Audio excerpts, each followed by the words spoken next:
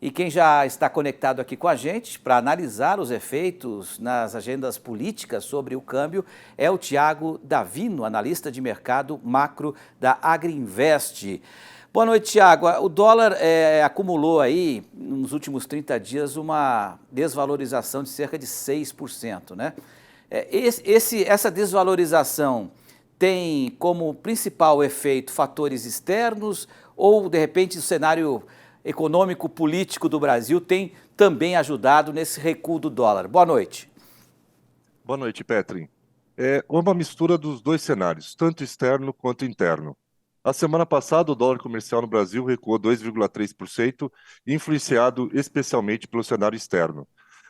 Havia uma incerteza muito grande se os Estados Unidos iria elevar a taxa de juros mais uma vez.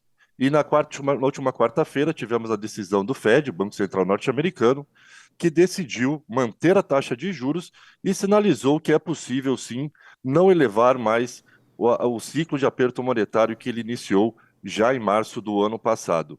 Isso trouxe uma euforia para o mercado.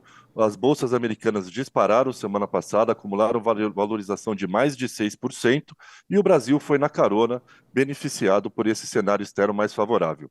Já para essa semana, o quadro positivo para o real tem sido basicamente o cenário interno, já que o dólar voltou a se apreciar lá fora nessa semana, acumula 0,6% de alta nas duas primeiras sessões da semana, e aqui no Brasil foi na direção contrária. Vale destacar que o real, junto com o peso colombiano, são as duas únicas moedas entre as 40 principais divisas do globo a se apreciarem nesses dois primeiros dias desta semana. E isso ocorreu por conta dos fundamentos internos brasileiros que são de queda para o dólar. Né? O dólar acumula uma depreciação no Brasil em mais de quase 10%, acumulado em 12 meses, e isso se deve a dois fatores. O principal deles, o ótimo fluxo cambial comercial para o país.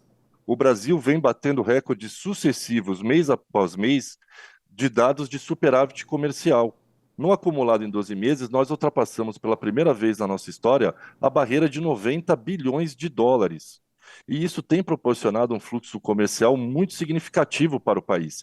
São os exportadores tendo que travar dólares diariamente, e isso traz fluxo para o país e derruba o dólar. E o outro fator é a taxa de juros no país, que apesar de ter sido iniciado um ciclo de afrouxamento monetário pelo Copom, na reunião de agosto, a taxa de juros no Brasil ainda era muito atrativa em relação aos seus pares.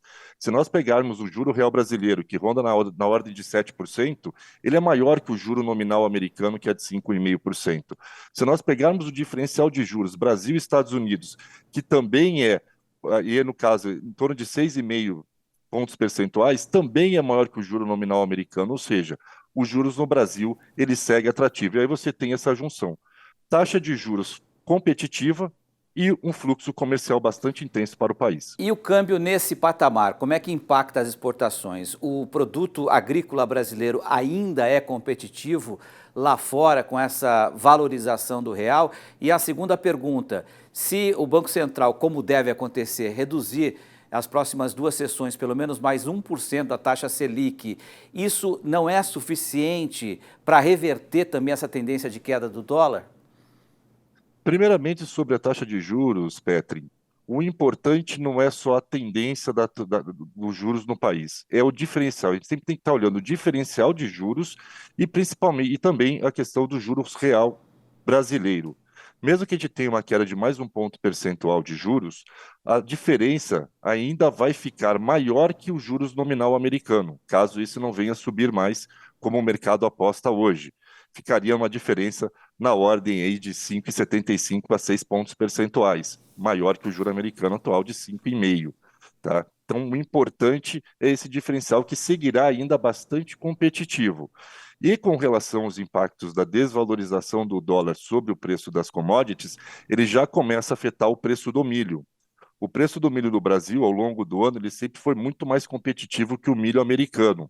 Por conta da derrocada recente e também pela queda do preço do milho na Bolsa de Chicago, o milho brasileiro atualmente ele deixa de ser mais competitivo com o milho americano.